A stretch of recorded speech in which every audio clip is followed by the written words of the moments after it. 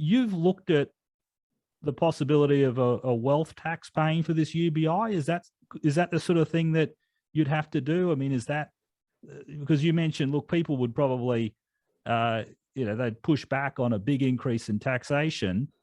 Is there a way of sort of taxing the richest or the wealthiest, the billionaires? Is it possible to get more tax out of that group to be able to pay for this UBI? Have you looked at that, Ben? Look, I think no doubt there's probably I think most of the modelling I've seen around taxing billionaires is a little disappointing in that the amount of money you typically get out of billionaires isn't usually as much as what people might want to think. I think the Parliamentary Budget Office has done some recent work around, there's a Greens proposal again for taxing billionaires. I'm not saying it's a bad thing to do that, but the amount of money is probably not really enough to be funding these sorts of schemes.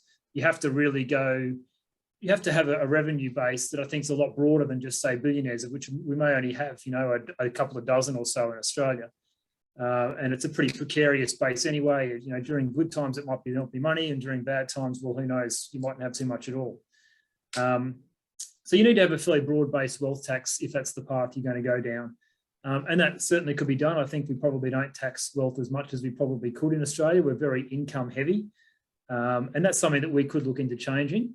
But if you're going to find additional money, you'd have to have a fairly broad-based wealth tax. And it's certainly true to say that, say, in superannuation at the moment, there's a lot of concessionality there in superannuation taxation, which perhaps goes further than what it needs to do. And I guess beyond that, there's the family home. There's no tax on the family home.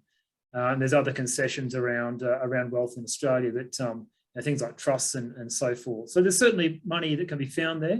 And I think for the sort of scheme that David Ingalls and Miranda Stewart were proposing, that was probably quite a sensible place to go. They're also trying to minimise the effective marginal tax rate. So if you fund it through a personal income tax increases, you go straight to increasing what are called effective marginal tax rates, and that's sort of lowering your incentive to work. Whereas wealth tax, you tend to get at those people who perhaps are not actually even working, and it returns a little bit of money to the state through that avenue. Right. Could you tell me a bit about that proposal that you modelled for Miranda and David? So what did the wealth tax look like?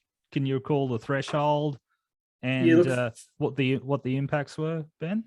So from memory, Gene, the amount of money that was being given out through this scheme wasn't actually particularly large. I think it was roughly in line with the sort of amount of money that we give out to family payments, which is around sort of $5,000 or $6,000 per year. So in that sense, it wasn't there to replace the current welfare system. It was really just as a very low base addition to what we currently have. So it wasn't a large amount of money. We didn't need to find nearly as much money as, say, as a full-blown universal basic income scheme. And I think in terms of wealth, we just made a very simple assumption around, I think it was non-housing related wealth, and taxing that. So you've still got a fair amount of money. You've got about $4 trillion in super.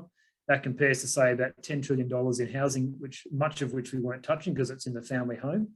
I think it was just a flat rate of tax per year. I can't remember the exact rate it was at, but probably a small amount per year, which is enough to sort of fill out the several billion dollars worth of money you need to fund these sorts of schemes.